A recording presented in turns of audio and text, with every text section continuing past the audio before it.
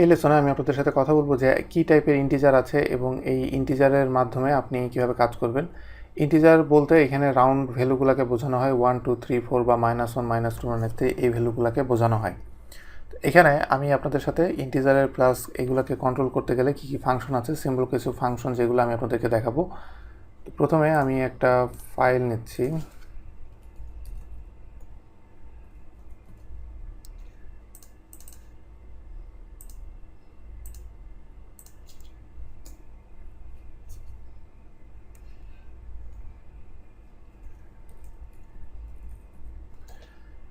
এটার ভিতরে আমি প্রথমে এখানে জাস্ট দুইটা ভেরিয়েবল নেব।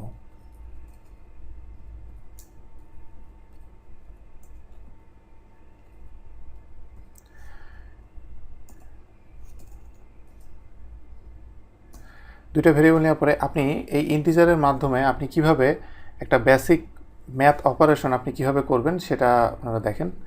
এখানে যেটা দেখতে পাচ্ছেন যে এখানে বেসিক ম্যাথ যেটা, এটার ভিতরে একো দেওয়া আছে এবং এইভাবে আপনি যদি কোনো এক্সপ্রেশন দেন যে আপনি 1 2 3 4 5 এইসব ভ্যালুর সাথে আপনি এই ধরনের ভ্যালু এইভাবে কম্বাইন করে যদি দেন, তাহলে সে পিএইচপি ডিরেক্টলি এটাকে সলভ করতে পারবে। এটা সলভ করা নিয়ে তার কোনো সমস্যা হবে না। তো আমি এটাকে সেভ করলাম এবং এটাকে আমি যদি রান করি তাহলে দেখেন কি হয়। এখানে আমার যেটা দেখাচ্ছে বেসিক ম্যাথের এটার যে রেজাল্টটা 7 দেখাচ্ছে। দ্যাট মিনস সে চাইলে এটাকে কন্ট্রোল করতে পারবে এবং এভাবে সে ক্যালকুলেশন করতে পারবে। তো এরকম আরও অনেক, এটা হলো বেসিক একটা ম্যাথ। এরকম আরও অনেক রকম ফাংশন আছে যেসব ফাংশন দিয়ে আপনি কাজ করতে পারবেন। তো এর ভিতরে একটা আছে absolute value.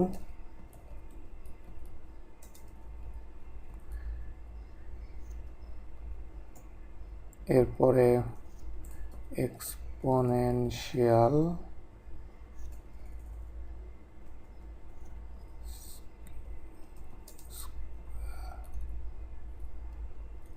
Square root,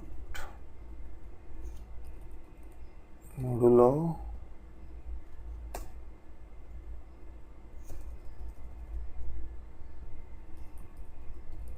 random.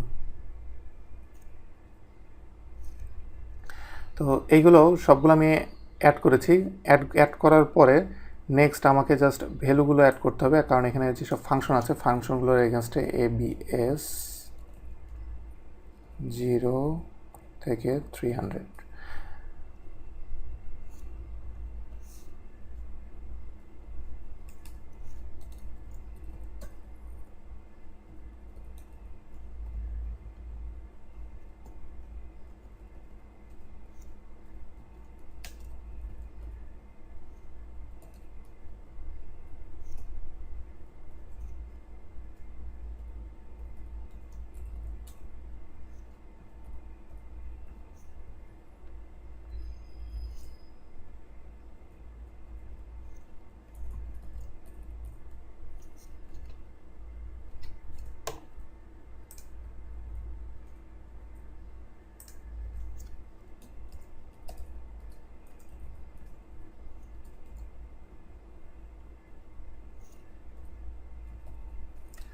ওকে, আমি বের কয়েকটা ফাংশন এখানে আমি অ্যাড করেছি। এই ফাংশনগুলো দিয়ে কী করা হয়, অ্যাবসোলিউট ভ্যালু আপনি যদি বের করতে চান তাহলে আপনি এইভাবে ফাংশনটাই লিখতে হবে। এক্সপোনেনশিয়াল যদি বের করতে চান, 2-এর এক্সপোনেনশিয়াল যদি আপনি 2 টু দ্য পাওয়ার 8 আপনি যদি বের করতে চান, সেটা আপনি পাওয়ার দিয়ে আপনি বের করতে পারবেন। স্কোয়ার রুট করতে চাইলে SQRT দিয়ে যত স্কোয়ার রুট বের করতে চান সেটা এখানে বের করতে পারবেন।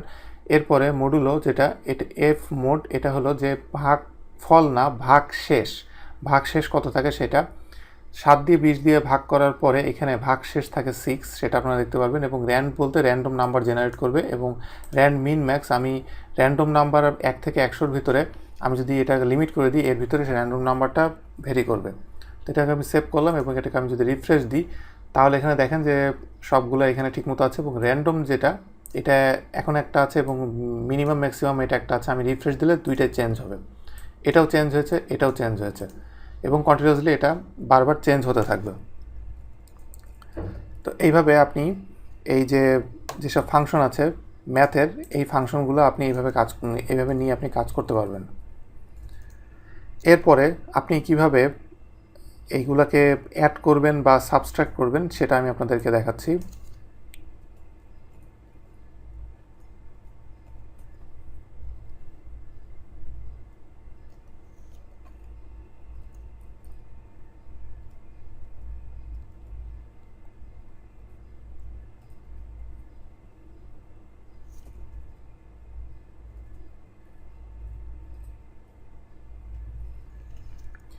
এখানে আমি যেটা নিলাম এটা শুধু প্লাস না, প্লাস মাইনাসের জন্য হবে, এখানে মাইনাস, এরপরে এটা গুণ হবে, সেহেতু আমাকে এখানে অ্যাস্ট্রেস দিতে হবে, এরপরে ভাগ হবে, ভাগ চিহ্নটা দিতে হবে।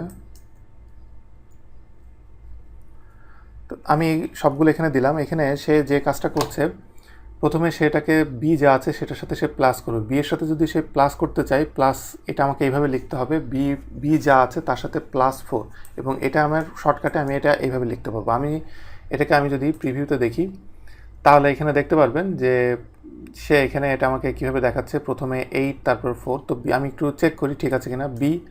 বি এর ভ্যালু প্রথমে 4 ছিল, 4-এর সাথে 4 যোগ করলে 8 হয়, এবং বি এর ভ্যালু 8 আছে। 8 থেকে আমি আবার 4 বিয়োগ করলাম, তাহলে আবার 4 হলো। 4-এর সাথে 4 গুণ করলাম, তাহলে 16 হলো। 16-এর সাথে আমি আবার 4 ভাগ করলাম, তাহলে আবার 4 হলো। তার মানে আমার এখানে ক্যালকুলেশন ঠিক আছে। তো এভাবে আপনি যোগ বিয়োগ গুণ ভাগ এই কাজগুলো আপনি যদি শর্ট হ্যান্ডের মাধ্যমে করতে চান, তাহলে আপনাকে এইভাবে এটাকে ইউজ করতে হবে। এরপরে আপনি যদি ইনক্রিমেন্ট বা ডিক্রিমেন্ট আপনি যদি করতে চান, সেটাও আপনি করতে পারবেন খুব সহজে।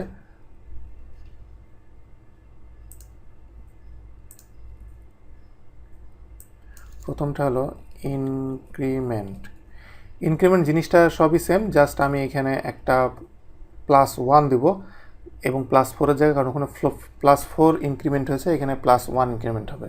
তো এইটা সব প্রোগ্রামেই, অলমোস্ট সব প্রোগ্রামে এটা কমন, যে এইভাবে না দিয়ে আমি ডবল প্লাস যদি দিই, $B++, এটা দিলে সে এক করে সেটাকে ইনক্রিমেন্ট করবে।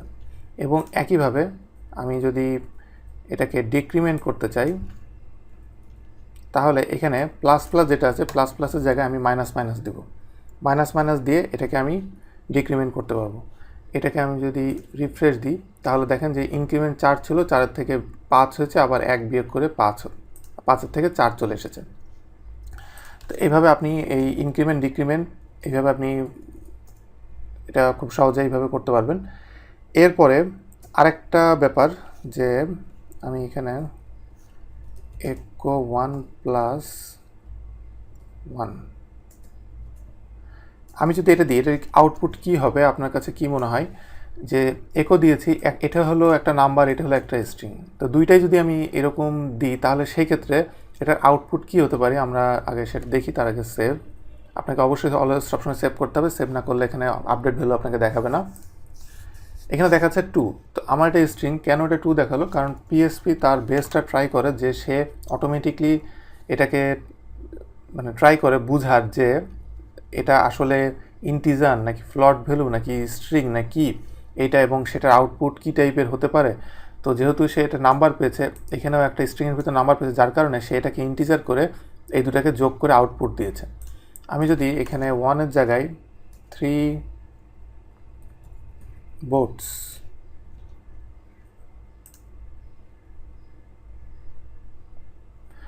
দিয়ে আমি এটাকে সেভ দিলাম।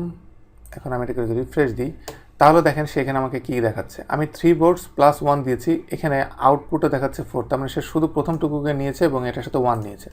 তার মানে যেটা দাঁড়াচ্ছে যে আপনি এ ধরনের ইন্টিজার যদি ক্যালকুলেশন করতে চান, আপনি পিএইচপি এটাকে কীভাবে কাউন্ট করছে এটার উপরে আপনি ডিপেন্ড করে বসে থাকলে হবে না। আপনাকে এটা ডিফাইন করে দিতে হবে যে এটা কি স্ট্রিং নাকি এটা ইন্টিজার নাকি এটা ফ্লট না কি ভ্যালু, এই যে কোনটা কি জিনিস, এই জিনিসগুলো আপনি ডিফাইন করে দিতে পারবেন যে একদম স্ট্রিক্টলি এটা এই জিনিসই।